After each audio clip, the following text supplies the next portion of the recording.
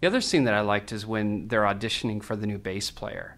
Well, you have to remember, they brought 8 guys in to play, and all of them were accomplished bass players. But they were looking for somebody that would really fit in, perfectly with the band. Because, in 1986, when Cliff Burton died in a bus accident, the original bass player, they didn't really grieve. They were too young. They didn't really understand how you have to grieve and sort of take a little time off, understand what happened, and then move on. But within a month, they had hired Jason Newsted, a very fine bass player, but they never invited him in as like an equal member in a way. He was basically hazed for the better part of 14 years, and at some point he'd had enough of it. He wanted to try other things, and he left the band, in 2001. So they made a decision, and they say it in the film, when we were going to audition for bass players, we were going to make sure that we had our stuff in order. That when they came in, it was going to be a clean slate for them, and they were going to be invited in as an equal member, emotionally, obviously financially. Being in a band for 20 years, they're not just going to hand over 25% of the of income to basically a stranger at that point.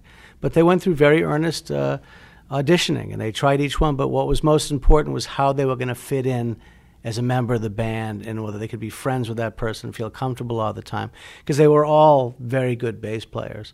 And as it turns out, Rob Trujillo, who they hired, was just 10% maybe better than the others. The other ones weren't 10% as good as he, and he just fit perfectly into the to the band. I mean, we ran into him last night at a restaurant here in Los Angeles, and he is the same person we met, over a year ago. He has not changed at all. Yes, he was given $1 million as sort of a down payment, that he sort of worked off, so to speak. He wasn't given that money just to join the band, but they obviously made the right choice because the band is tighter now, is in many ways better now than it has been in years. It's healthier emotionally, and they're just tearing it up around the country and and around the world. So they're still happening, Metallica? Oh yeah, are you kidding? They just came back from I think about 17 sold-out shows in Europe, and they actually played Reykjavik, where I think half the nation, because it's such a small country, half the nation showed up, for their concert on July 4th, and they go back on the road, I think, in the middle of August to tour around the country through November. They've been touring sold-out shows really since last summer. So they are as important now musically as they ever have been. And in many ways, you watch this film, and I think they're going to be more relevant today than they have been in a long time. Why is that?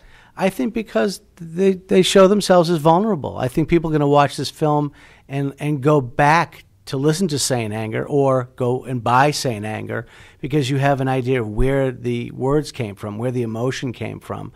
And I think the fact that they are openly advocating, therapy for people who are having problems, having pain deep inside, it's rather revolutionary in many ways that this band, who you would never think would be advocating that, is sort of out there up front saying, look, if you break your leg, you go somewhere to get it fixed so you can deal with the pain.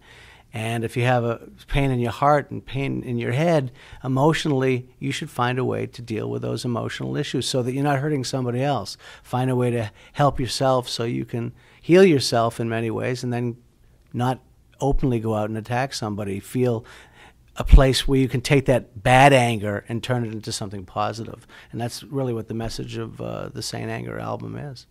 Well, you talked about dealing with anger, and there's a scene where they're shooting a music video inside a prison, and James talks about that, how if it weren't for music, he might be behind bars as well, or even dead. Tell me about that scene. What was that like when you went in the prison?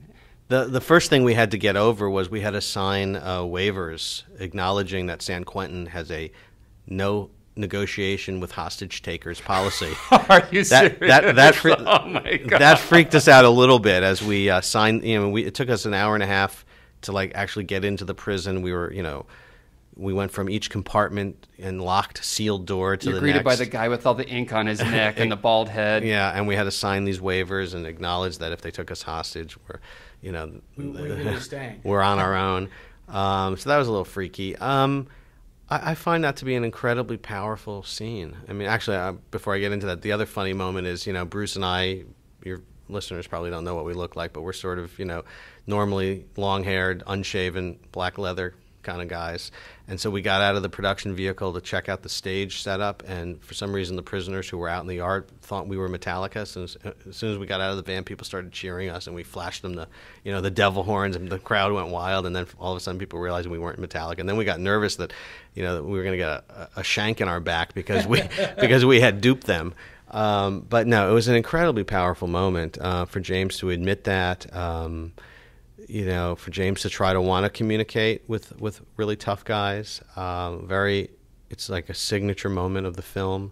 It was very powerful. And I was also incredibly impressed with their reaction. I mean, Bruce and I have been in prisons before, not for jailbreaking, but I mean for crimes, but we've been in prisons for Paradise Lost and for other projects we've done. We've done stuff on the parole system, and so we've spent a bit of time in prison, and I guess we're sort of used to the bleakness and desperation of it.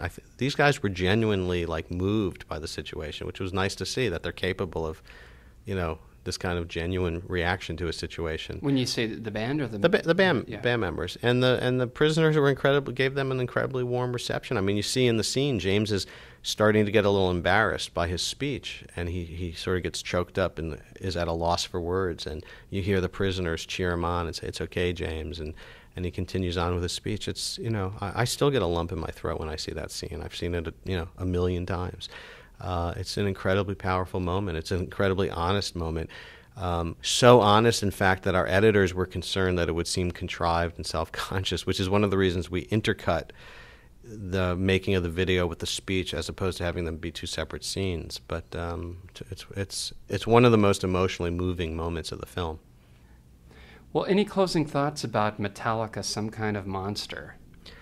Well, I would say that this film sort of turns the rock documentary genre on its head, obliterates the genre on a certain level. But I thought Spinal Tap did that. Well... it's interesting because somebody said, well, isn't it kind of like Spinal Tap, this movie? The Spinal Tap comparisons really...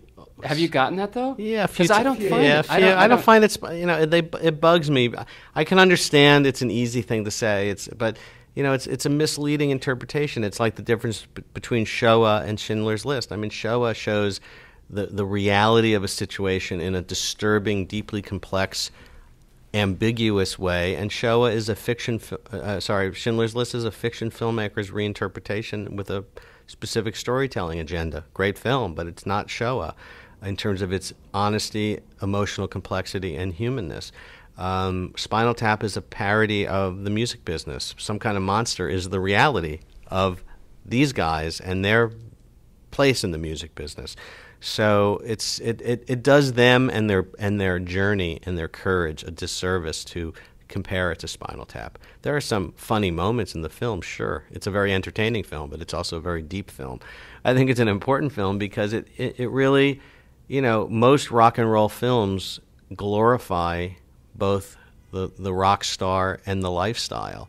And this film, for these guys to have the courage to show the flip side to that, to the human side, to show the toll that glorification actually has on a real person's life, is pretty brave. And I don't think people will really see a film like this ever again, because I think the band, not because it's such a great film or we're such good filmmakers, but because these guys were incredibly courageous to let this happen. Well, thank you so much, gentlemen.